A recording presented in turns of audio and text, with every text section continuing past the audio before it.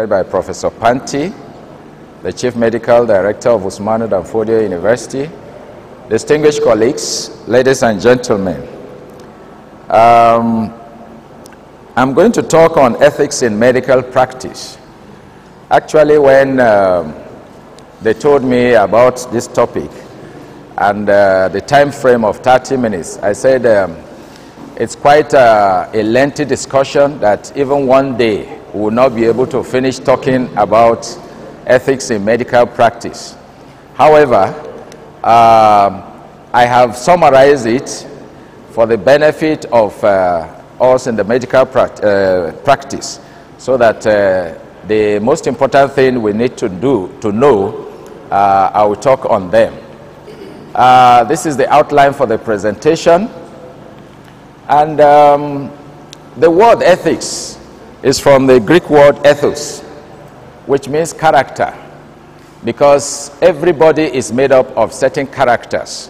And of course, when you have people in the same profession, it means their character, especially in terms of practice, is more or less the same.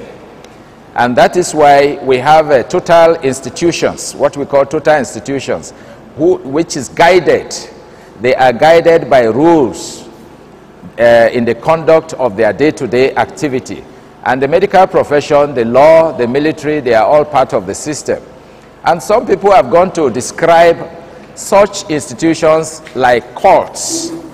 You know, that it's a kind of cultism, that once you belong to that cult, it means there are rules and regulations that guide you. I'm sure we have heard about cultism and what they stand for. And if you have to belong to any cult group, it means there are rules that you have to abide by them. So the medical profession is one of such that are guided by these rules. So it's a branch of psychology that defines what is good for the individual and for the society, and establishes the nature of obligations and duties that they owe to themselves and to the society in which they practice. Now, when you look into the history of ethics, sorry, probably because of too much illumination, you may not appreciate it. You see that the history of ethics is as old as the medical profession, and it has started over so many years BC, and up till now, the medical ethics, they are being upgraded, being modified as time goes on. So all these dates are the days through which ethics has come into play. And we thought about, oh my God, you will not be able. Types of ethics. First, you have medical ethics, which is medical obligations. Second is the professional ethics. And then you have the bioethics. You know, these are different types of ethics, but we are going to look at the medical ethics as it concerns us. What are the goals of medical ethics? Why do we need to know about medical ethics as practitioners? One, to appreciate the ethical dimensions of patient care. In our day-to-day care of patients, we need to be guided by certain principles, and these principles are embedded in the medical ethics. To understand ethical principles of medical profession, to have competence in core ethical behavioral skills, okay? To know the commonly encountered ethical issues in general and in one's specialty, and to have competence in analyzing and resolving ethical problems. And finally, to appreciate cultural diversity and its impact on ethics. Therefore, the relation between doctor and patient is considered fiduciary in nature. That means it's guided by law. There are certain laws that are guiding the relationship, and based on mutual trust, which forms the foundation of medical ethics. However, the honors and ideals of medical profession imply responsibility of physician. Public at large expects doctors to not only have high standard of medical ability and skill, but also high ethical behaviors. And why should doctors have to swear by oath? The oath that we take upon graduation from the medical school, it introduces us to that ethics. Those are the laws that are supposed to guide us, the principles. And we'll look at especially the Hippocratic Oath, which we're all sworn to uphold. Now, this is the original Hippocratic Oath that we have. It's not very clear, but you can see it's already going into shred. It was in Greek and subsequently translated. Modifications have been going on. This is another modified aspect of it. So you can see the difference between the original one that is in one museum somewhere in the world and then the modified ones. We have seen so many modifications of the Hippocratic Oath all this while. Now, this is the second part of the Hippocratic Oath that we all took, you know, while we were graduating or being initiated into the medical profession. And it's not very clear anyway, the background. So I have colored some of them red. And those are the aspects that I want us to pay attention to, and I'll be talking about subsequently. Now, when you talk about professional ethics, they are the civil code of behaviors considered correct by members of the profession for the good of both the stakeholders, okay, those involved. In other words, you are talking about your relationship with those you interact with. For us, the patients and the doctors. So when you talk about medical ethics, it refers to the system of values common to medical profession and application of these values to the practice of medicine. It is the standard of behavior by which physicians evaluate their relationship with their patients, relationship with their colleagues, and with the society at large. And these are the principles of medical ethics that I will be elaborating on shortly. Non-maleficence, beneficence, autonomy, special social responsibility and justice, confidentiality, veracity, ethics of money in medical practice. Non-maleficence, it means do no harm, okay? You refrain from providing ineffective treatments. In other words, your duty is to preserve life, not to do harm to the patient and not to terminate life. That is why you find that the medical profession is against things like euthanasia. Of course, it's practiced in some countries, but you know, and you know that some of this, the Hippocratic Oath, have been modified to suit individual countries in some instances. So there are countries that terminate life. They guarantee that you can terminate life. If the patient you see that has become a vegetable, there is a law that allows the doctor to terminate that life and to reduce suffering. Because the more that patient remains in that vegetative form, it means it's going to cause a lot of stress for the patient and for the family and the society. So it is important that we do no harm in providing effective treatments or acting with malice towards patients. Beneficence is the action carried out for the benefits of the others, and physicians are expected to refrain from causing harm. However, they have an obligation to help their patients with the paramount goal of promoting the general welfare of their patients. How do we balance beneficence and non-maleficence? Okay, because we have said beneficence is for the benefit, and non-maleficence means do no harm. How do we balance them? Now, there is always the need to balance the benefits and the risk of treatment and care of patients by providing informed consent. Physicians give patients the necessary information to appreciate the scope and nature of the potential risk. So, you don't want to do any harm, okay? And then you want to do it for the benefit of the patient. So you must marry the two and see. In this way, it is the patient who assigns weight to the risks and benefit. Because as you attend to the patient, you explain everything about the intervention or the procedure you want to carry out on the patient. And then the patient weighs the risk and benefit, and he chooses whether to go ahead with it or not to go ahead. However, the potential benefits of any treatment must far outweigh the risk in order for the action to be ethical. Now, autonomy. This refers to self-determination. The respect for autonomy is the fundamental basis for informed consent. Yes. The principle of autonomy is that persons have intrinsic and unconditional worth and therefore should have the power to make rational decisions. On the other hand, you find that there are people with some conditions that may not warrant that, and then the decision is left between that individual and the physician, because you must be able to take a decision that, okay, somebody has mental derangement and you don't expect that he's going to give his consent. What do you do? So you weigh the benefits and the risk, and then you take decisions in that case. There's the social responsibility and social justice.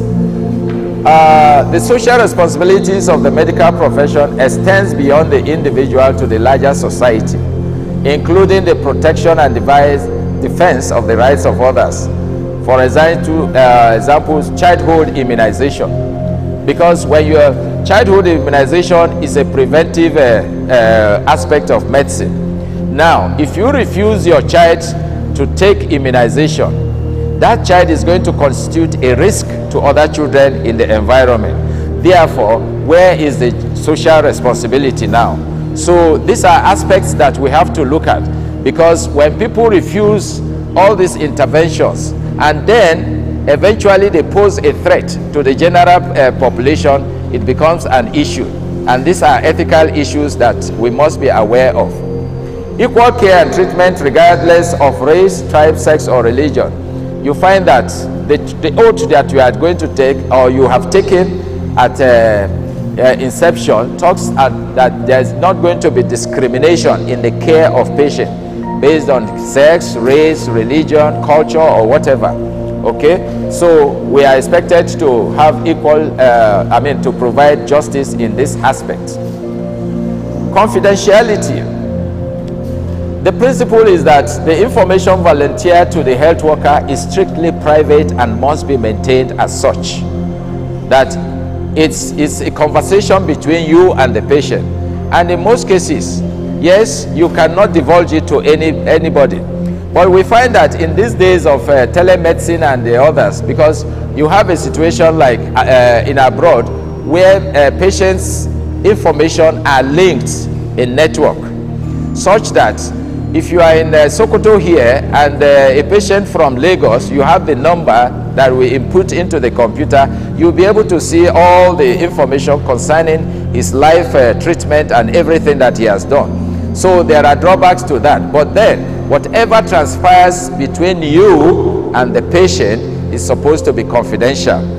Even if at any point there are other third parties that come. For instance, a man comes with his wife, and you do know by medical ethics, it's between you and the wife, not between you and the husband. Except if you say, okay, for the purpose that he's the husband and he's going to bring in some other thing, you may not need to divulge the information to the husband. It's purely between you, because that wife is an adult and is supposed to have consent. Okay, he can give consent based on the fact that she is an adult. So that relationship between you and the wife of that man is confidential. Okay, but then there are some other situations that we do know. For instance, when you have HIV status, how do you disclose that?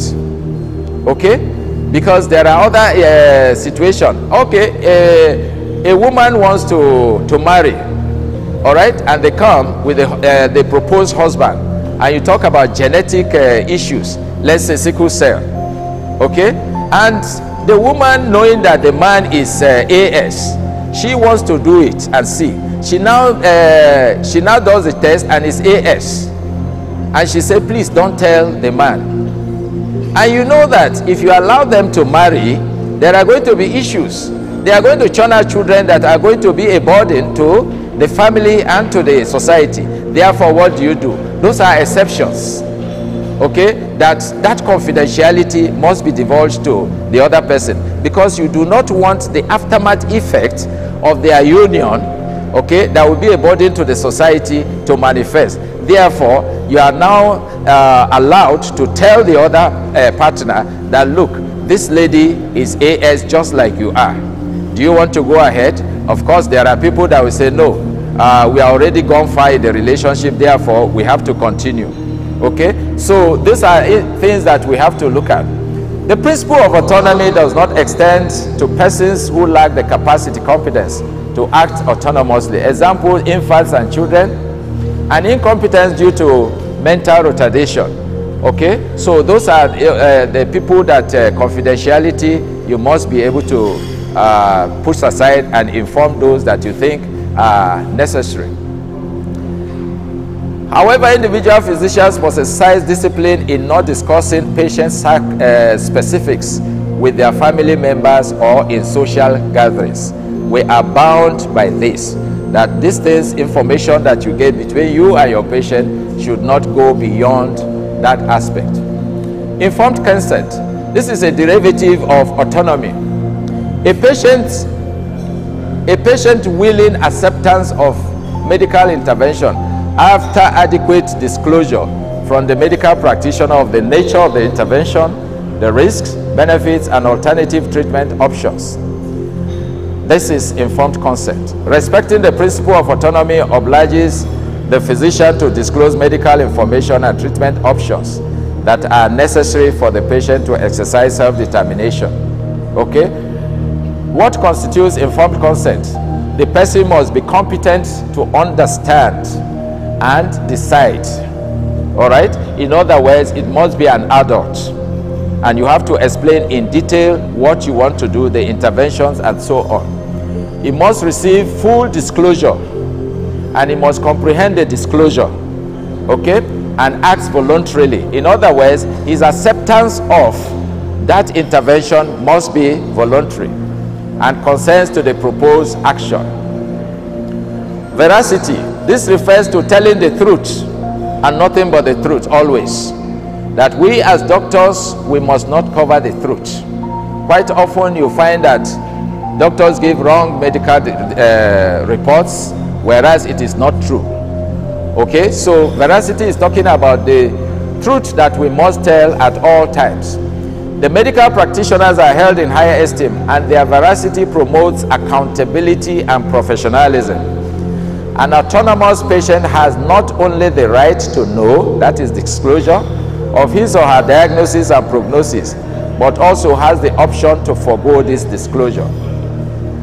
In most advanced countries, full disclosure to the patient, no matter how grave it is the norm. Okay? Whatever the situation of the patient, you must open up to the patient and tell the patient, this is the condition, and not to beat about the bush. But sometimes we are afraid. How will the patient receive the news? How will the relations receive the news? And all these things. But we should not hide any of those information. For instance, in 1961, 88% of physicians in America surveyed indicated their preference to avoid disclosing a diagnosis. However, in 1979, 98% of those surveyed physicians favored disclosure. Okay? In other words, no matter the situation, they want it disclosed to the patient. All right? So we have moved away from shying away from disclosure now to full disclosure as far as the condition of the patient is concerned. A continuing pattern in non-Western societies is for the physician to disclose the information to the family and not to the patient.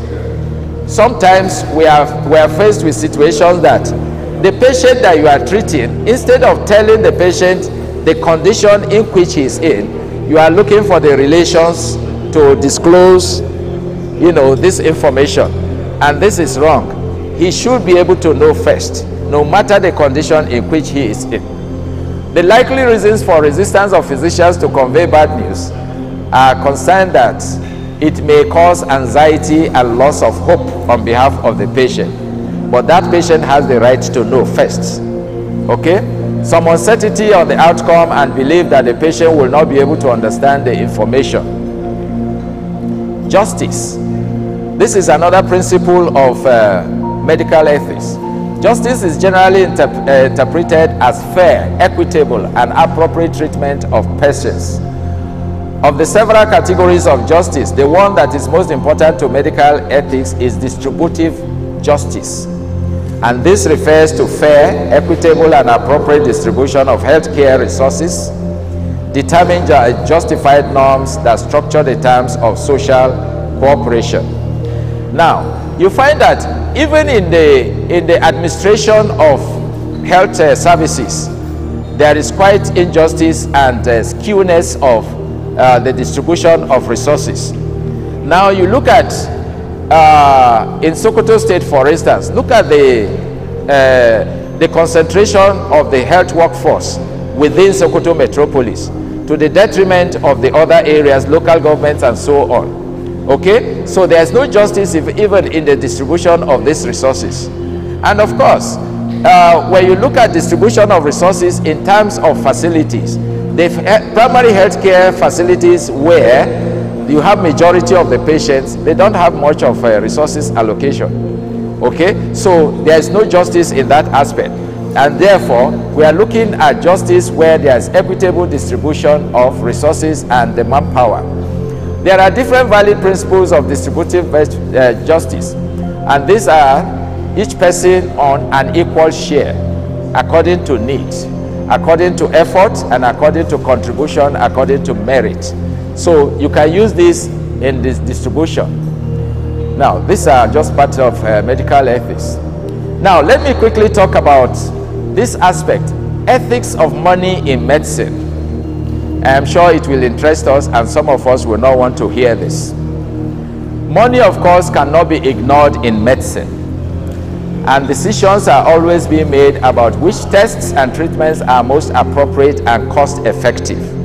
Now, a patient comes, quite often, we do hear, for instance, like the teaching hospital, they will tell you that it's very, very expensive.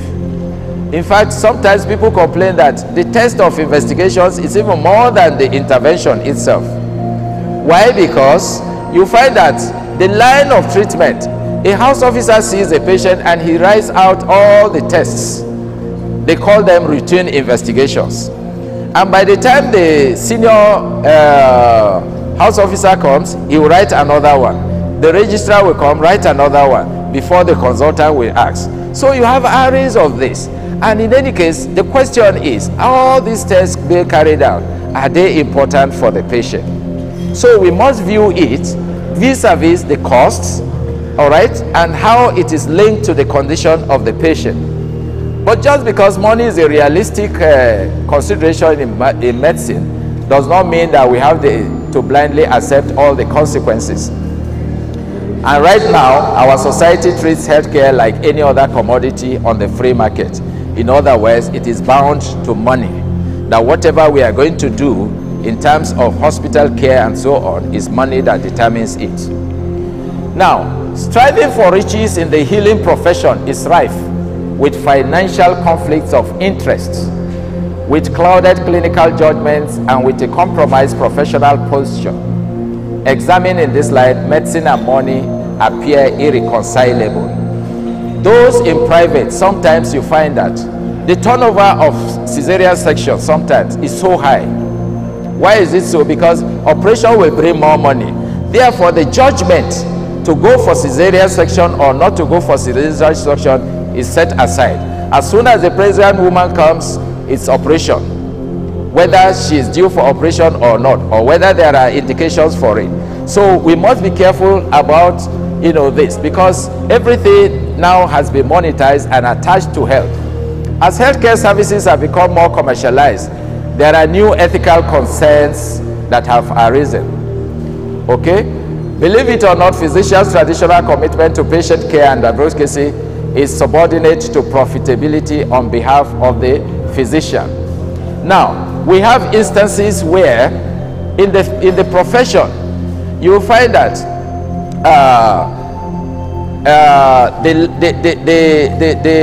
the patient turnout is so much and the queue is much that some people will now demand that they get gratification before attending to patient, and these are done through their proxies.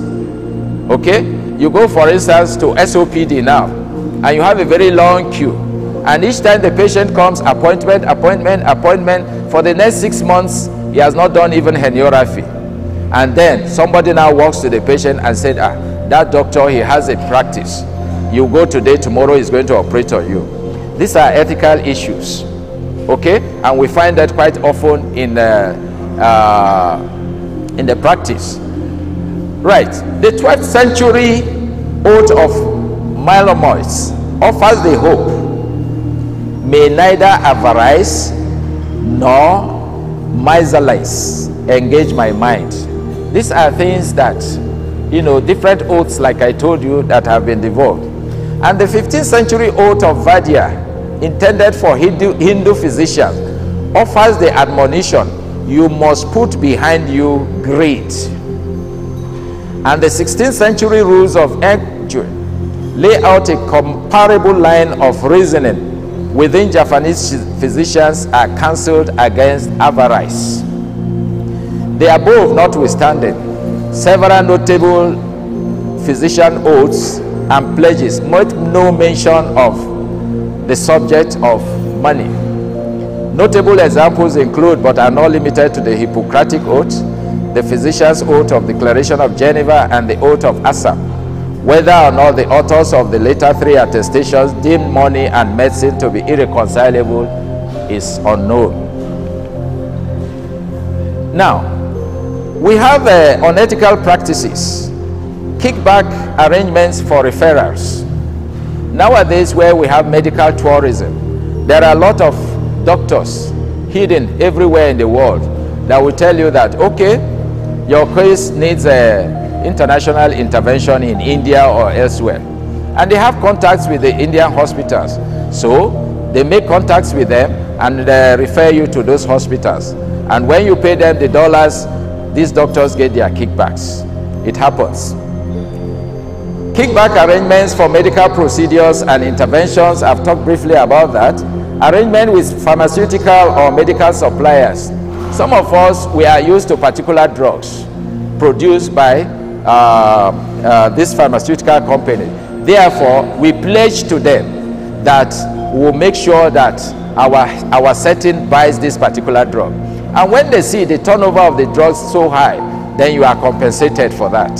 These are ethical issues that we need to look at.